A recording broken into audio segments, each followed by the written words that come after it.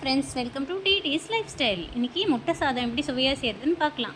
ஒரு பேன் வச்சுட்டு அதில் பொடி பொடியாக நறுக்கின பூண்டு அப்புறம் பச்சை மிளகாவும் நல்லா போட்டு வதக்கிக்கிறேன். நான் 2 பச்சை மிளகா போட்டிருக்கேன். அப்புறம் இது கூட ஒரு மீடியம் சைஸ் வெங்காயத்தை பொடி பொடியாக நறுக்கி போட்டு வதக்குறேன்.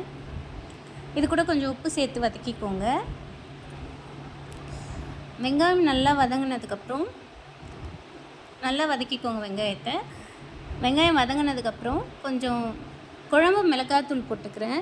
ஸோ காரம் பார்த்திங்கன்னா பச்சை மிளகா 2 போட்டுக்கிறதுனால அதுலேயே காரம் இருக்கும் ஃப்ரெண்ட்ஸ். நம்ம அதனால் கொஞ்சமாக மிளகாத்தூள் போட்டுக்கேன். உங்களுக்கு காரத்துக்கு ஏற்ற மாதிரி நீங்கள் சேர்த்துக்கோங்க. நான் இன்றைக்கி ஒரு தக்காளிக்கு 2 முட்டை எடுத்திருக்கேன். ஸோ 2 முட்டை இதில் சேர்த்து நல்லா வதக்கிக்கோங்க. முட்டை நல்லா அது கூட மிக்ஸ் ஆகி வர அளவுக்கு நல்லா வதக்கிட்டு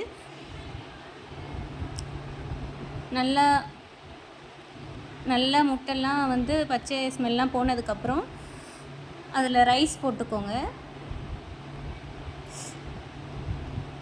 ஸோ இன்றைக்கி நான் வீட்டில் சாப்பாடு அரிசி தான் எடுத்திருக்கேன், ரைஸ் தான். ஸோ அதை நல்லா போட்டு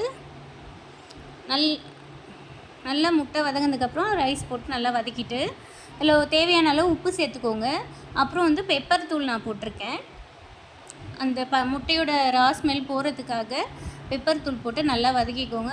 அவ்வளோதான் ஃப்ரெண்ட்ஸ், சட்டுன்னு ஈஸியாக செய்கிற அளவுக்கு முட்டை சாதம் ரெடி.